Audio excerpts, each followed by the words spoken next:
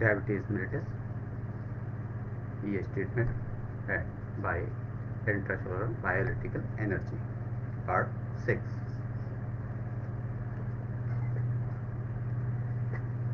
कल हमने जेनेटिक सस्पेक्टिविटी पे हमने छोड़ दिया था और यहाँ से फिर रहे हैं क्योंकि इसमें मेडिसिन ऐड करना था और वक्त ज़्यादा लग रहा था। जेनेटिक सस्पेक्टेबिलिटी के लिए और यहाँ पर हम वेन ग्रुप की मेडिसिन लेंगे अगर जेनेटिक फैक्टर बनता है। Concordance in identical twins 50% susceptibility gene and HL A region in chromosome. तो अब हम यहाँ से बाहर हो जाते हैं और यहाँ पे इंसर्ट करते हैं क्रोमोसोम की जगह पर हम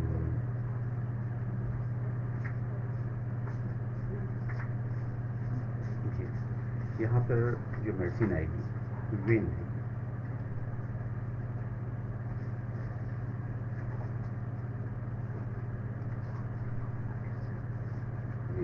एन वेन जनरली एक ही है। वेन वन कहें या ना कहें, वेन 1 2 3 कॉम्बिनेशन से बनी हुई है जबकि वेन सिंगल ही मेडिसिन है। तो यहाँ पर हम वेन ऐड कर देते हैं और ये वेन है क्रोमोसोमल एंड जेनेटिक फैक्टर्स के लिए। कहीं पे भी अगर जेनेटिक फैक्टर कॉज बनता है और डिजीज़ का तो हम इसके लिए यहाँ पर यूज़ करेंगे। सॉरी क्या हो गया, ठीक है फिर से इसको ले लेते हैं।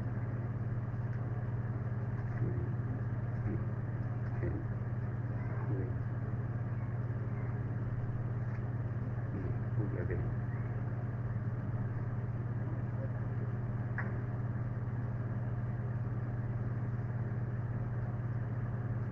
सेंटर में कर दिया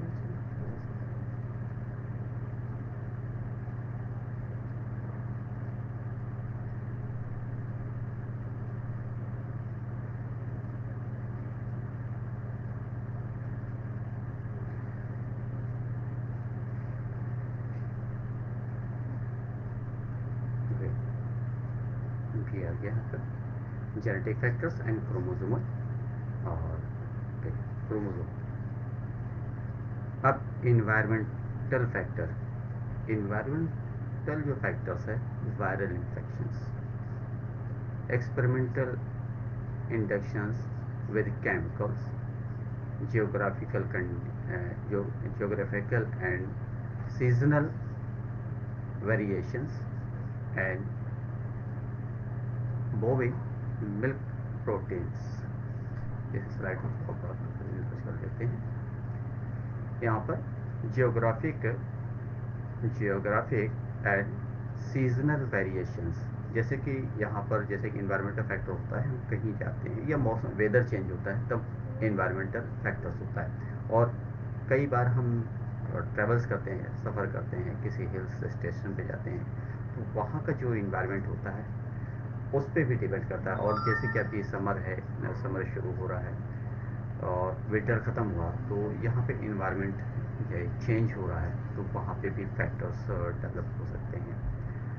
बहुत कम देखा गया है लेकिन फिर भी जो है ये कॉज कभी कभी वायरल इन्फेक्शन जब होता है इन्वायरमेंटल चेंजेस की वजह से या लोकेशन चेंज होने की वजह से, स्टेट कंट्री या शहर मूवमेंट होने की वजह से वहाँ पे जैसे कहते हैं, आपने सुना होगा कि वाटर चेंज, पानी चेंज हो गया इसलिए ये तकलीफ़ हुई है। अभी नए नए इस जगह पर रहने आए हैं और पानी चेंज हो गया जिसकी वजह से जैसे वाटर चेंज होने की कंडीशन में अक्सर थ्रोट इन्फ्लामेशन है या रेस्पिरेटरी कंजेशन है नॉर्मली लोकेशन चेंज होने की वजह से, ह्यूमिडिटी चेंज होने की वजह से हो जाती है। तो यहाँ पर जो वायरल कॉज बन रहा है, वायरल इन्फेक्शंस के लिए हम यहाँ पे ऐड करते हैं। कभी भी वायरल इन्फेक्शन अगर आता है बॉडी के अंदर तो वायरल के लिए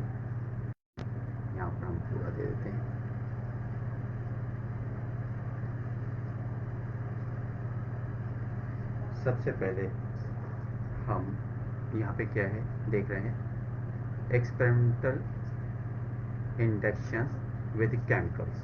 केमिकल्स और इन्वायरमेंट्स को हम बैलेंस करने के लिए कौन सी मेडिसिन लेंगे, कुछ आइडियाज़ है?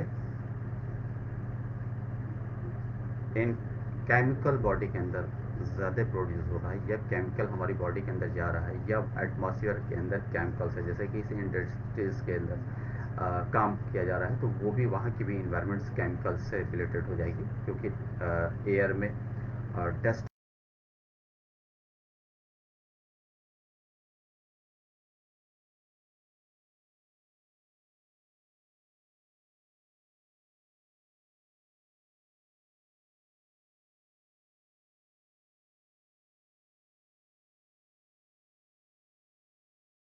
ठीक है, वर्वन इन्फेक्शन में आ जाएगा। हाँ, ये इन्फेक्शन आपने सही बोला है, पहला वायरल इन्फेक्शन कहा है, तो यहाँ पे इन्फेक्शन जब आएगा वर्ड, तो वर आएगा। तो क्योंकि हम यहाँ पर इन्वायरमेंटल फैक्टर्स को ले रहे हैं, वायरल इन्फेक्शन को हमने यहाँ केयर नहीं किया है, हमने सीधे यहाँ पर ये सेकंड नंबर को लिया, एक्सपेरिमेंटल इंडक्शन विद केमिकल्स, इसलिए हमने S1 को लिया। अच्छा, हम जब भी मेंशन करते हैं अपने प्रिस्क्रिप्शंस में या रजिस्टर्स में, जब भी लिखेंगे, तो हमेशा मेटाबॉलिक रेमेडीज़ को पहले नंबर पर लिखेंगे, जो फिजियोलॉजिकल एक्शंस करती है। उसके बाद एनाटॉमिकल, टिश्यूज़, सेल रेमेडीज़ को लिखेंगे। उसके बाद जब हम लिखेंगे टेम्परेचर रेगुलेटर जो मेडिसिन है फेब्रिफिगो, उसे लिखेंगे। इसके बाद आता है ब्लड सर्कुलेटरी सिस्टम की मेडिसिन, तब हम ए ग्रुप की मेडिसिन ऐड करेंगे। और उसके बाद फैक्टर बनता है जेनेटिक या फिर इन्फेक्शन। जेनेटिक होगा तो वेन रखेंगे, अगर इन्फेक्शन है तो वात रखेंगे। तो इस तरीके से हम स्टेप बाय स्टेप एक सीरीज़ बना के लिखेंगे। तो यहाँ पर S1 आया।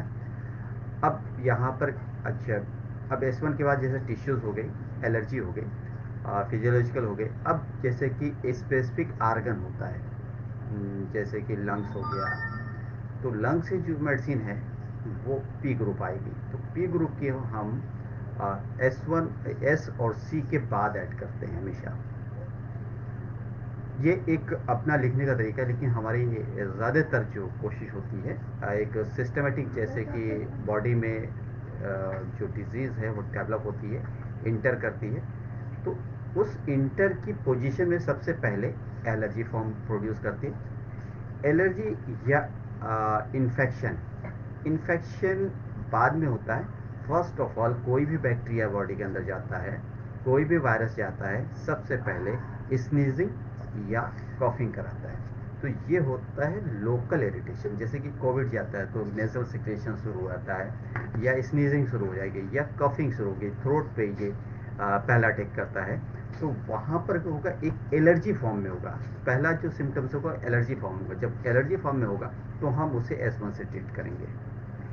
जब तक कि सेल्स डैमेज नहीं होते तब तक हम सी ग्रुप की मेडिसिन का यूज़ नहीं करते। लेकिन हमारे पास जब पेशेंट आता है, अब ये क्वेश्चन होता है कि हम कब C1 को यूज़ करते हैं, करें यूज़ करते करें या ना करें, दोनों सस्पिशियस कंडीशन होती है। तो हमें जब भी पेशेंट मिलता है तो 24 आवर्स के बाद मिलता है, और कॉम्प्लिकेशंस राइज हो जाती है। कभी बहुत मामूली सी स्नीजिंग होती है, उसे 1 2 3 लोग जाने देते हैं, या तो सुबह हुई तो ठीक है, ठीक हो जाएगी शाम तक, तो दूसरे दिन आते हैं। तो ऐसी कंडीशन में टिश्यूज रेमेडी को मुझे ऐड करना।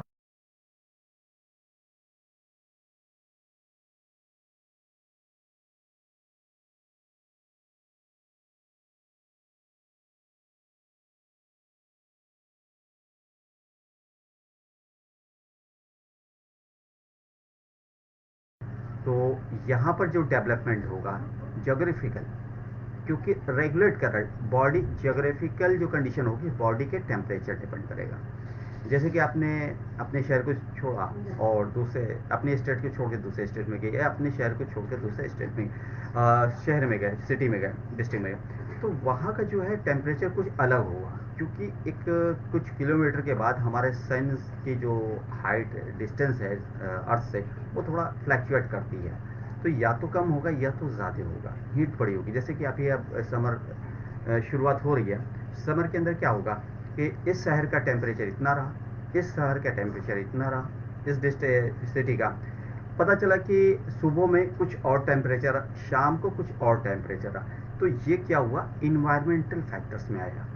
और ये क्या हुआ, जब हम किसी लोकेशन को चेंज करते हैं तो वहाँ में ज्योग्राफिकल कंडीशंस होती है। तो हमें प्रैक्टिस के अंदर ज्योग्राफिकल कंडीशंस को भी केयर करना होता है। ठीक है, ये इलेक्ट्रोहोम्योपैथ वाले अक्सर इस चीज़ को केयर नहीं करते। ज्योग्राफिकल कंडीशन में कई बार ऐसा होता है, S1 हम 5 ड्रॉप दे रहे हैं तो हमें 2 ड्रॉप देना पड़ेगा, क्योंकि डिस्टेंस जो सी लेवल है हमारे अर्थ से, उसके किलोमीटर जो नीचे डेप्थ है वो देखी जाएगी। और कई बार ऐसा होगा हमारी हाइट देखी जाएगी, जैसे कि कहीं पे हिल स्टेशन पे गए, पहाड़ी स्टेशन, पहाड़ी जगहों पे गए, या ऊंचाई पे गए, या हम टॉप स्टोरी बिल्डिंग पे गए, मल्टी स्टोरी बिल्डिंग पे गए, टॉप फ्लोर पे हैं। तो इस कंडीशन में वहाँ का क्या होगा, ज्योग्राफिकल कंडीशन चेंज होगा। टेम्परेचर, जितनी ऊंची जगह होगी टेम्परेचर वहाँ ज़्यादा होगा या कूलिंग ज़्यादा होगी। जितनी ज़्यादा ऊंची जगह होगी उनका स्पेसिफिक ग्रेविटी का जो बॉडी मास इंडेक्स है वो चेंज होगा। बॉडी मास इंडेक्स इस वजह से चेंज होगा कि हमारा जितना ऊपर होगा, अगर हम ऊपर से जंप लगाएं ज़मीन पे, उतनी फोर्स के साथ नीचे आएंगे। तो मैग्नेटिक जो रेंज होगा हमारी बॉडी का, वो बहुत तेज़ी के साथ अट्रैक्ट होगा, और उतना ज़्यादा पॉजिटिव बॉडी हमारी एक्टिव होगी जितनी हाइट ज़्यादा होगी। और उसी स्पीड से मैग्नेट, जैसे कि आप दो मैग्नेट को रखते हैं, एक नॉर्थ पोल एक साउथ पोल को, जब दो अदर मैग्नेट को आप अदर पोल वाले को एक साथ एक सामने रखते हैं, बहुत स्पीडली आपस में टच करते हैं। इसी तरीके से बॉडी जितनी ऊपर जाती है उस पर उतना ज़्यादा पॉजिटिव फेज होता है, और जितनी अर्थ की तरफ मूव करती है उसी स्पीड के साथ हमारी बॉडी अर्थ अपनी तरफ लेती है। तो इस तरीके से जब बहुत ज़्यादा हाइट से कोई गिरता है तो उसके बॉडी पार्ट्स उसी हिसाब से ज़्यादा डैमेज होते हैं। तो यहाँ पर क्या हुआ, ज्योग्राफिकल कंडीशन। तो ज्योग्राफिकल कंडीशन में हमारा टेम्परेचर हो गया। तो टेम्परेचर के लिए यहाँ पर हम, क्योंकि यहाँ पे सी ग्रुप इसलिए नहीं ऐड कर रहे हैं क्योंकि यहाँ पर पोजीशन जो शो हो रही है, यहाँ पर सिर्फ इन्वायरमेंटल हो रही है।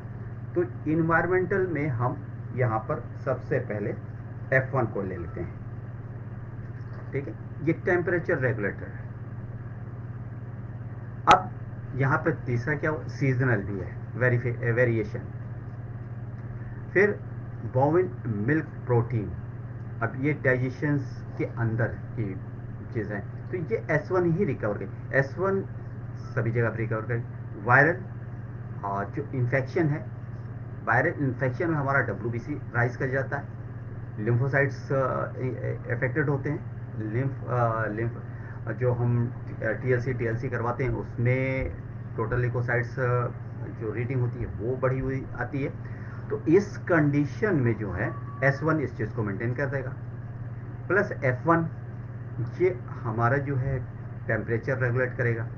और टेम्परेचर रेगुलेट होता है ये हमारे हार्मोनल ग्लैंड से, एंडोक्राइन हाइपो हाँ एंडोक्राइन ग्लैंड से ये टेम्परेचर होता है। अब इसमें जो रोल होता है टेम्परेचर राइज करने का, बॉडी के अंदर सर्कुलेशन होता है जो बायो इलेक्ट्रिकल एनर्जी को प्रोड्यूस कराता है। होता है किससे, ये होता है न्यूरॉन के जिससे न्यूरॉन आता है F1 के अंदर, और ब्लड सर्कुलेशन के थ्रू ये जनरेट होता है। तो यहाँ पर हम A3 लेते हैं।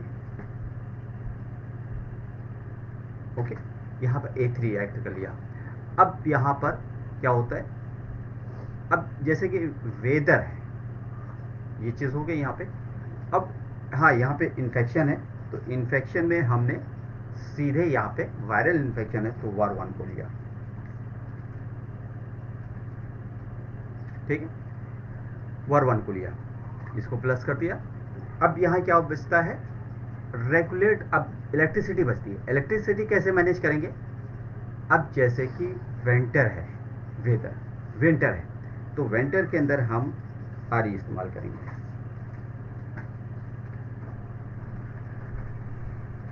ओके, विंटर में हम RE यूज करेंगे। चले ठीक है, अब वेदर अगर विंटर का तो हमने RE इसमें मिक्स कर दिया।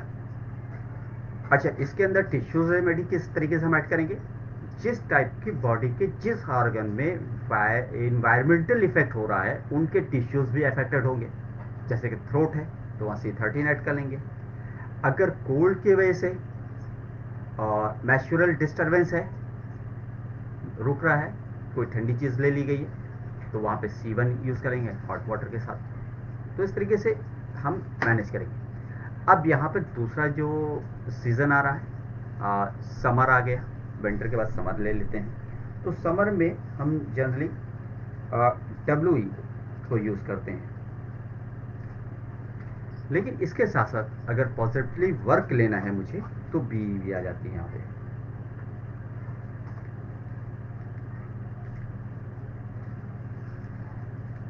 ओके, यहाँ BE आ गया। अब इसे अब समर हो गया, विंटर हो गया। अब क्या बचता है हमारे पास? जो एनवायरनमेंट है वो रेन हो गया, रेनी डे, जिसमें बारिश होती है। तो बारिश में इन्फेक्शन बहुत ज़्यादा डेवलप होता है। तो बारिश के अंदर जो हम इलेक्ट्रिसिटी यूज़ करते हैं वो वाई होती है।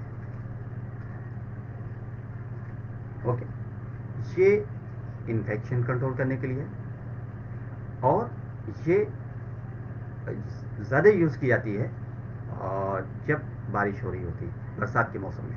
ठीक है।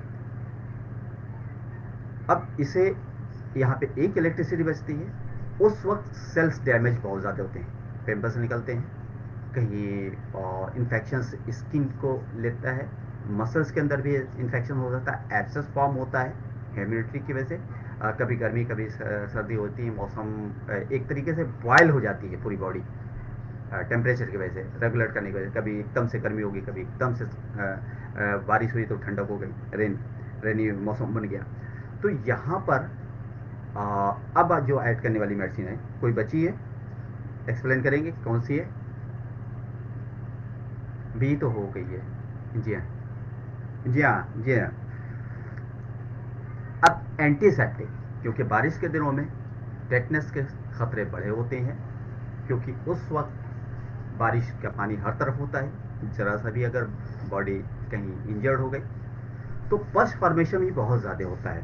तो अगर टेटनस का डर है तो हम वाई का यूज़ करेंगे S5 के साथ। और यहाँ पर जो यूज़ करेंगे हम, इंजरी अगर है कोई और वॉन्ड है, उसे टिश्यूज़ को रिपेयर करने के लिए हम यहाँ पर जी यूज़ करेंगे। ओके, ये चीज़ हो गई। ये हमारा पूरा इन्वायरमेंटल फैक्टर पे आ गया।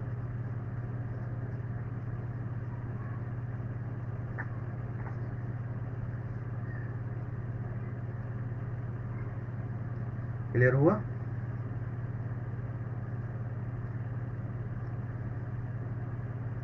अब वेदर में इलेक्ट्रिसिटी यूज़ करने में कोई प्रॉब्लम होगी अकॉर्डिंग वेदर?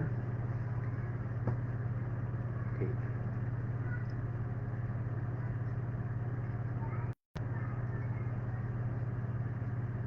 करके देखें।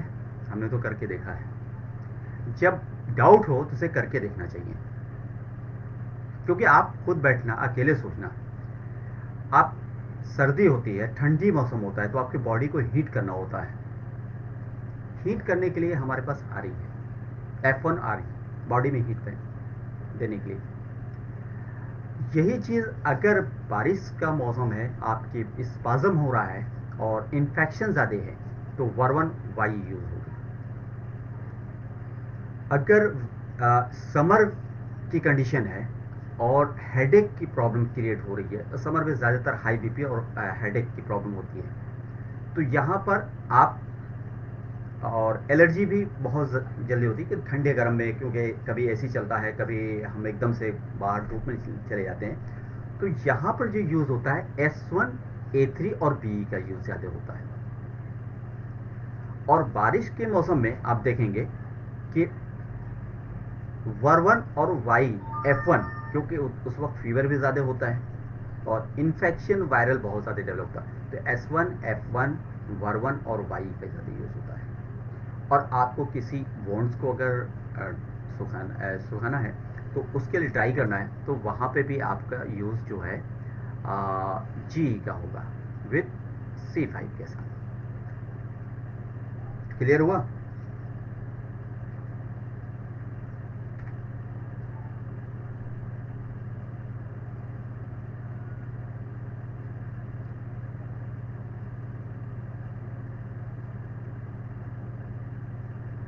देखिए ऐसे ऐसे तो कभी भी यूज़ कर सकते हैं, लेकिन बी का यूज़ हम समर में, अब जो ये मौसम चल रहा है, बी और डब्ल्यू का यूज़ ज़्यादा होगा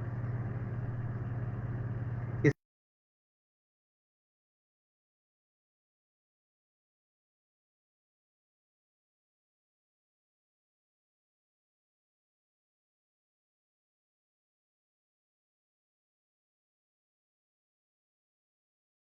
सब। Autoimmune factors, isolate cell antibodies, insulitis CD8+ T lymphocytes mediated और selective destruction of beta cells type 1 DM। तो ऑटो इम्यून फैक्टर्स में हम यहाँ पे आ जाते हैं, एंट्री कर लेते हैं। ऑटो इम्यून फैक्टर्स जो हैं, सबसे पहले हम यहाँ पर अगर कुछ देख रहे हैं, इम्यून सिस्टम की मेडिसिन हमारे वहाँ कौन सी है, कुछ आइडियाज़ हैं, याद आ रहा है? हाँ, तो S1 यहाँ पे सेलेक्ट कर लिया। और ये जनरेट कहाँ से होती है? मतलब ये तो अपने आप में तो खुद है, लेकिन इससे ऑटो इम्यून सिस्टम को जनरेट करने वाली ग्लैंड्स कौन सी? नहीं, नहीं, एक मिनट, ये लीजिए S1+। Auto immune factor fail होता है तो डायबिटीज़ होती है, थायराइड होता है। तो यहाँ पर थोड़ा सा क्लू दिया है आपको, क्लियर हुआ? क्या आएगा? C17 आ जाएगा। ये नहीं, एस्टेन यहाँ नहीं है, एस्टेन तो इंटेस्टाइन पे ही काम करे। हाइपोथैलेमस ग्लैंड इफेक्ट होता है तो ऑटो इम्यून सिस्टम बॉडी का इफेक्ट होता है C17। तो S1+C17। अब इसके अंदर जो यहाँ पर प्रोड्यूस हो रहा है, आप देख रहे हैं, isolate cell antibodies, isolates CD8 T lymphocytes mediated selective destruction of beta cells, जो कॉज बनता है यहाँ पे डायबिटीज। तो अब इसके अंदर हम F1 भी ऐड कर लेते हैं। ओके, क्लियर हो गया? तो ये हमारा ऑटो इम्यून, अच्छा यहाँ पर हमारा आ गया ऑटो इम्यून सिस्टम को मेंटेन करने के लिए W यहाँ पे लेते हैं। आपने पहले सही कहा था, ये पूरा एक कॉम्बिनेशन हुआ हमारे पास ऑटो इम्यून डेवलप करने के लिए। तो एक फैक्टर्स हम यहाँ पर इसे रख देते हैं, चलो ठीक है।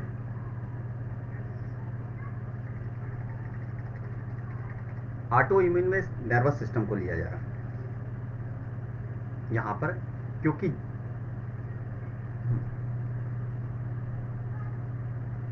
आता है वो, अगर ये यहाँ से हार्मोनल सिक्रेशन प्रॉपर सही हो रहा है तो ऑटो इम्यून में आ जाएगा। हमें TLC DLC से मेंटेन करना है, WBC। और WBC जो है लिम्फोसाइट्स ही हमारा ऑटो इम्यून सिस्टम मेंटेन करते हैं बॉडी का, वो ब्लड के अंदर नहीं आते। ब्लड से, ब्लड के अंदर हैं, लेकिन ब्लड के फैक्टर्स हैं, न कि ब्लड के कंटेंट्स हैं। ये हमारा कंटेंट्स जो है,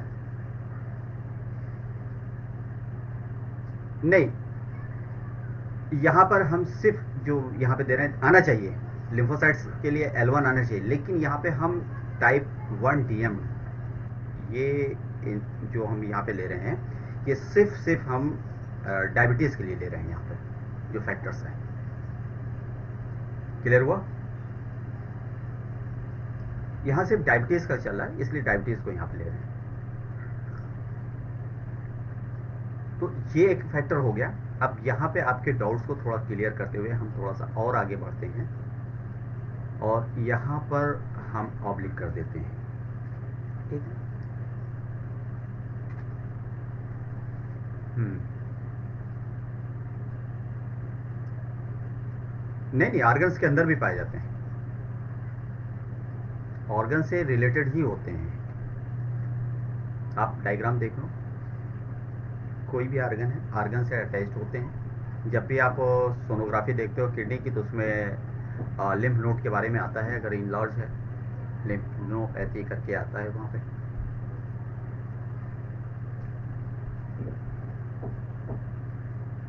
तो यहाँ पर हम यहाँ से दूसरा जो फार्मूला ले रहे हैं, तो ये S1 तो ले रहे हैं, प्लस तीसरा और क्या ले रहे हैं, अब जो यहाँ पर हम ले रहे हैं, जो आपके क्वेश्चंस हैं, यहाँ पर हमारा सीधे A1 आ जाएगा,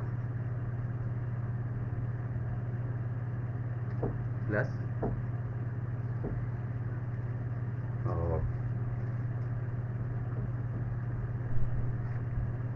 L1 प्लस, और कुछ होना चाहिए इसमें, याद आ रहा है? हाँ, F1।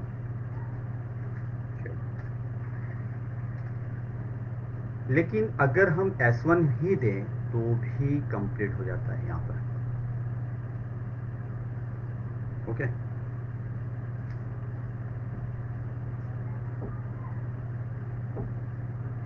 ये हम पेशेंट्स को बिफोर मीन्स अदर डिजीज में दे सकते हैं। इलेक्ट्रिसिटी इसके अंदर ऐड कर लीजिए, W।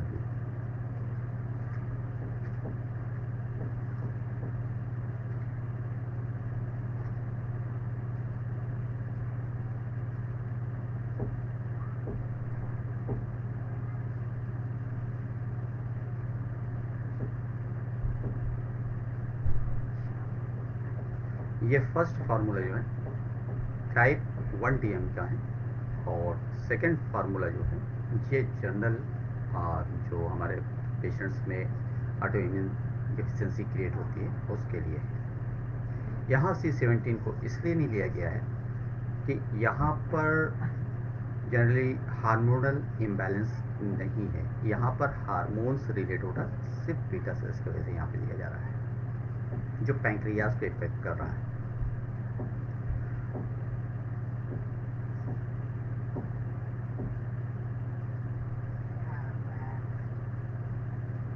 अच्छा, ये थायराइड के अंदर भी हो गया। ये, हम्म जाएगा, ये हो गया। इसको कलर,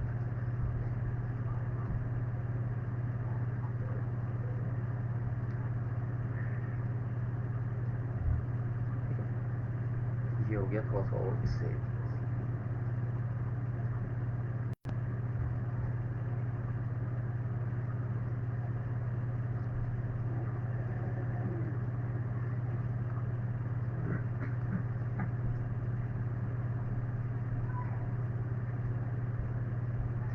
D5 जनरल प्रैक्टिस है। अब अगर आपको ज़रूरत है तो आगे पीछे कर सकते हैं, जैसे कि जिस डायल्यूशन में आप इस्तेमाल करना चाहें, अगर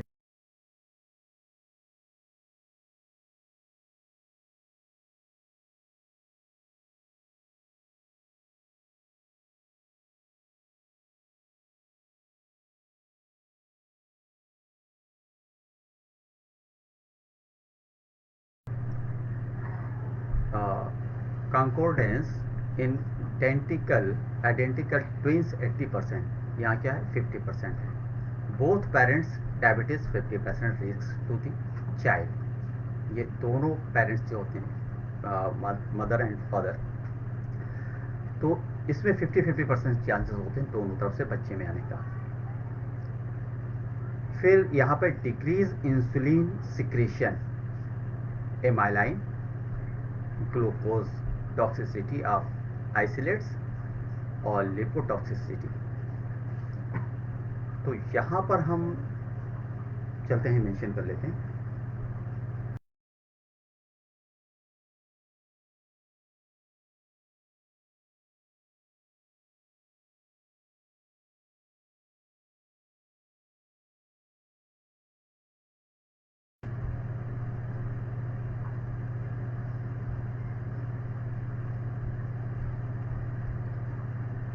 एमाइलाइन, ग्लूकोज टॉक्सिसिटी ऑफ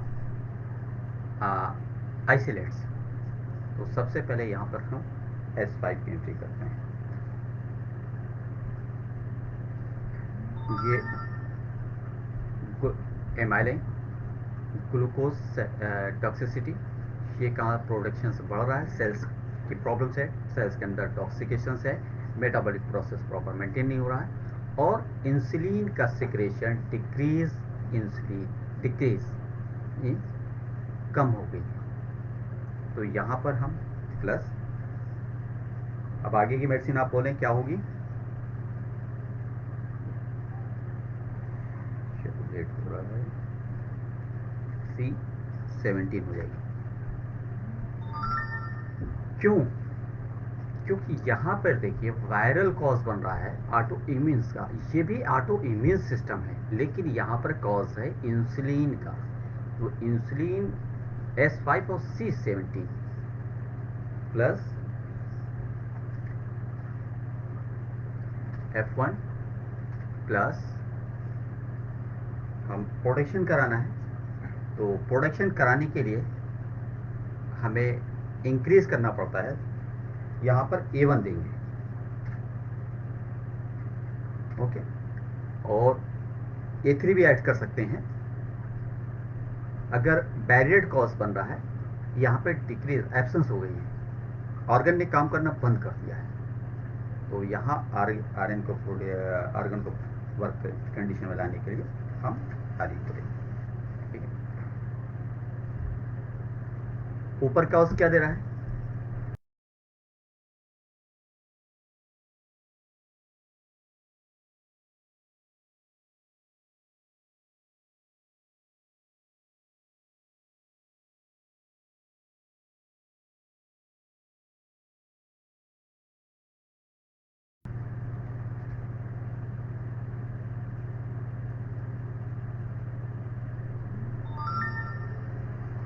ये हो गई आपकी।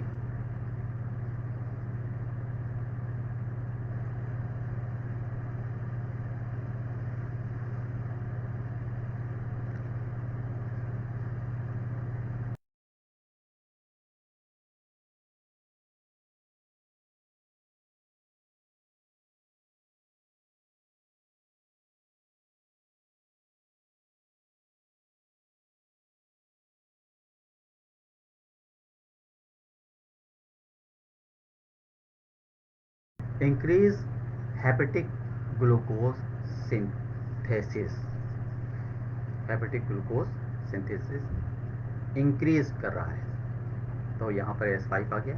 यहाँ पर क्योंकि इंक्रीज कर रहा है हाइपर ग्लाइसीमिया, तो ये हेपेटिक ग्लूकोज इंक्रीज कर रहा है, तो यहाँ पर मेटाबॉलिक प्रोसेस को मेंटेन करने के लिए S5 काम कर रहा है लीवर पे, और S10 आफ्टर मिल्स इंटेस्टाइनल उसे फीकस से बाहर करने के लिए, और रिसेप्टर्स के अंदर एब्जॉर्ब ना हो एक्सेस जो ब्लड है, तो उस ग्लूकोज को एक टॉक्सिसिटी के शक्ल में रख करके वो इंटेस्टाइन से बाहर कर रहा फिकस के साथ साथ। तो यहाँ पर हम दो मेडिसिन को एक साथ ऐड मर्ज कर लेते हैं, और समझने के लिए हम S5 यहाँ ले रहे हैं,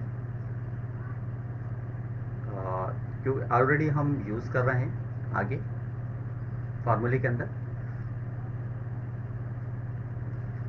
ये डायरेक्ट काम कर रहे हैं लीवर पे। और दूसरा जो है आफ्टर मील्स हम जो मेडिसिन दे रहे हैं S10, ये काम कर रही है लीवर प्लस इंटेस्टाइन और रिसेप्टर्स पे, और सिक्रेशंस ऑफ एंजाइम और सिक्रेशन ऑफ बाइल साल्ट्स, ये सारी चीज़ों पे एट ए टाइम वर्क करें। तो यहाँ पर सिर्फ हमने इसी को ऐड किया। सारे जितने भी हम ट्रीटमेंट देंगे उस ट्रीटमेंट के अंदर हमारी मेडिसिन जो भी दी जाएगी वो, सॉरी, वो जो होगी क्या कह रहे थे, सारी मेडिसिन सारी प्रैक्टिस के अंदर हम S1 before milk S10 after milk ज़रूर यूज़ करेंगे। ऐसा करने से हमारा ऑटो इम्यून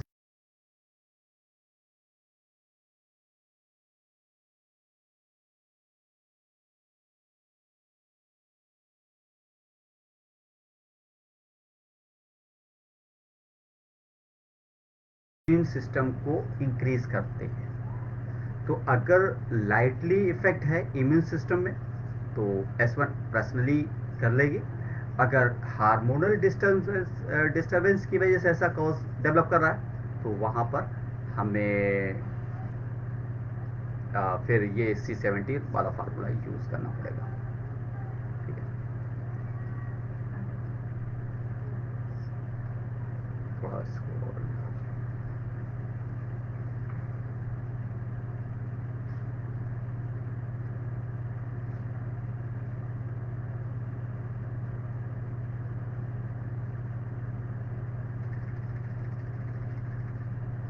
ओके,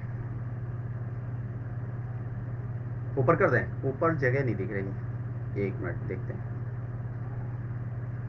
यहाँ पे ले लें। ठीक, स्क्रीनशॉट जब हम इलाज किया करें उस वक्त लिया करें, क्योंकि उसमें फिर ये जो सेटिंग का जो पॉइंट्स दिख रहा है वो नहीं आएगा। ये हो गया, थोड़ा सा और नीचे।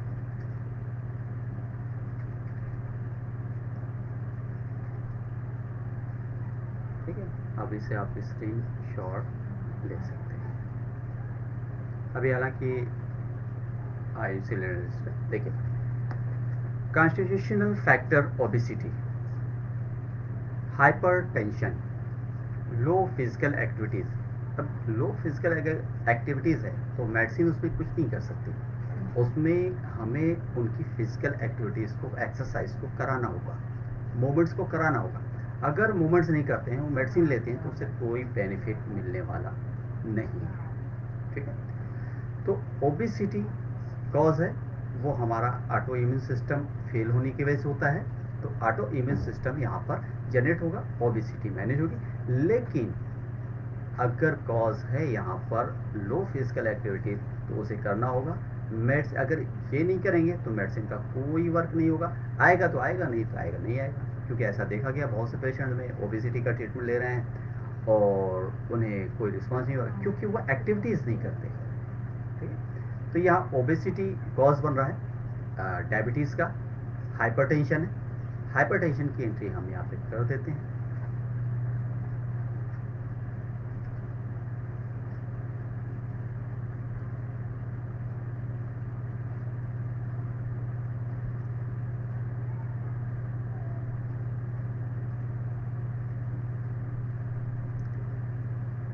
हाइपरटेंशन के जो सिम्टम्स हैं फिजिकली वो क्या दिखते हैं, जैसा एक्सप्लेन करेंगे।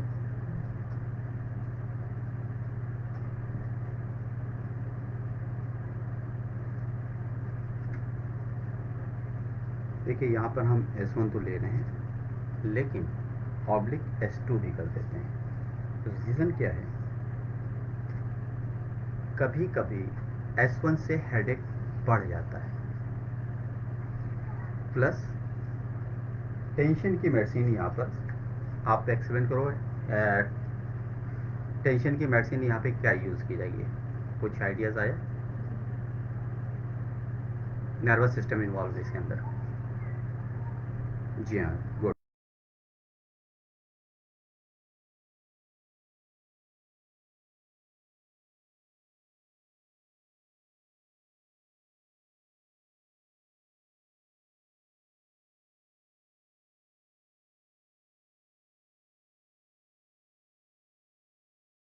अच्छा, बोलिए। नहीं नहीं, यहाँ सीजन ए ग्रुप की मेडिसिन छूट रही है। A1, A1 या A3 यूज़ करेंगे यहाँ पे। अब आपने क्या, A2 नहीं, A2 जो है वेनस सिस्टम की मेडिसिन, A1 या A3।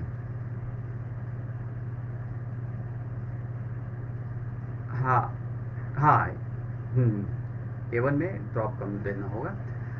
और अब यहाँ पे और दूसरा आपने क्या बोला, क्या सजेस्ट किया हाइपरटेंशन में, क्योंकि पेन होगा हाइपरटेंशन में। पेशेंट F1 आ गया है, थोड़ा यहाँ पे लॉज नहीं है इसलिए दिख नहीं रहा। तो यहाँ पर हम फर्स्ट सेलेक्ट जो करेंगे वो W करेंगे। फर्स्ट सिलेक्शन हमारा W का वो न्यूट्रल है। सेकेंड सिलेक्शन हमारा हाइपरटेंशन में जो होगा वो होगा B। बी क्या हो गया, जो ब्लड का कलेक्शंस है सेल्स के अंदर, उससे लोड को कम करेगा, जिसके वजह से पेन में रिलैक्स होगा। कभी भी हेडेक हो तो ये आप दे सकते हैं, डब्ल्यू या बी। कोल्ड अगर कॉज बन रहा है तो वहाँ पे हमें आर ई देना होगा। और अगर पश फॉर्मेशन कॉज बन रहा है पेन का, तो वहाँ पे हमें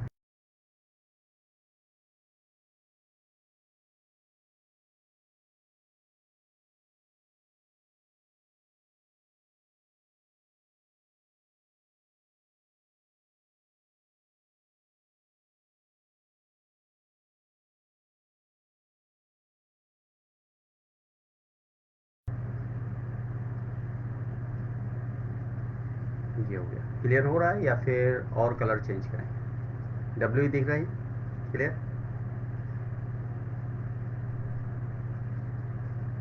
नहीं, एक मिनट से इसको वाइट करके इसको कलर में डाल देते हैं, देखते हैं कलर चेंज करके, क्योंकि बड़ी स्क्रीन पे मुझे एक मिनट इसको,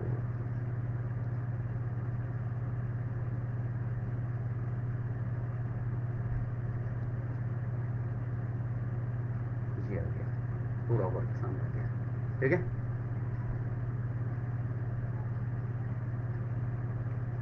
अब ये आपका कंप्लीट यहाँ पर दोनों फैक्टर्स हो गया। जेनेटिक फैक्टर्स का तो इसमें हमने ले लिया, ये दोनों देख रहे हैं, ये जेनेटिक फैक्टर्स को हमने यहाँ पे ले लिया, कॉन्स्टिट्यूशन फैक्टर्स को हमने यहाँ ले लिया, और यहाँ पर इंसुलिन रेजिस्टेंस जो है, receptors and post receptors defect impaired glucose utilisation, तो ये इसी में आ जाएगा, S5 में ही आ जाएगा, क्योंकि ये सेल्स के रिसेप्टर्स हैं। आगे जैसे कि अभी हम दिखा देते हैं, क्योंकि अब तो वक्त नहीं रहा कि वहाँ तक हम पहुँचेंगे, तो बहुत बाद में वो रिसेप्टर्स की स्लाइड आएगी। यहाँ पे फिलहाल समझने के लिए हम देते हैं, आप स्क्रीन शॉट ले लें। तो ये इंसुलिन रेजिस्टेंस वाला भी जो है फैक्टर्स इसमें आ गया ट्रीटमेंट में यहाँ पर।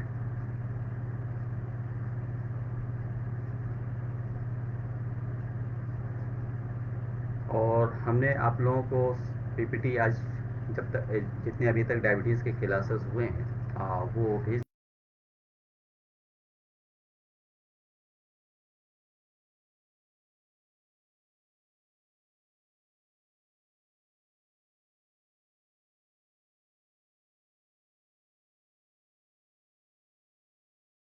बाहर होकर कहीं एक ही स्लाइड का आज पूरा टाइम निकल गया। देखिए यहाँ रिसेप्टर्स हमने ले रखा है, ये रिसेप्टर्स हैं। During the digestive process much of the food that is eaten is converted into glucose, commonly known as blood sugar. Glucose circulate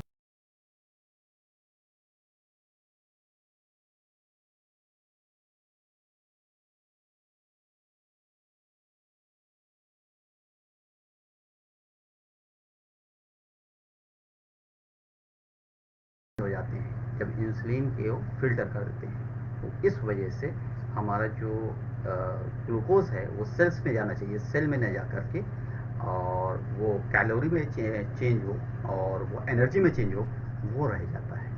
तो इस कंडीशन में वो ब्लड में ओवर फ्लो होता है और हमें प्रॉब्लम क्रिएट करता है। देख सकते हैं,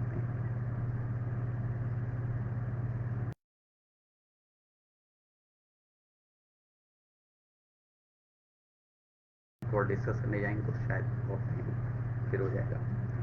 अब यहाँ पे जैसे कि देख रहे हैं, ये स्लाइड थोड़ी सी कट रही थी तो हमने दूसरी स्लाइड यहाँ पे लिया, thyroid disease and diabetes cause बनता है, तो इसमें थायराइड डिजीज़ का भी आ जाएगा कल, type 1 diabetes, type 2 diabetes, insulin resistance, metabolic syndrome, तो ये सारी चीज़ें अब कल पे रखी जा रही हैं।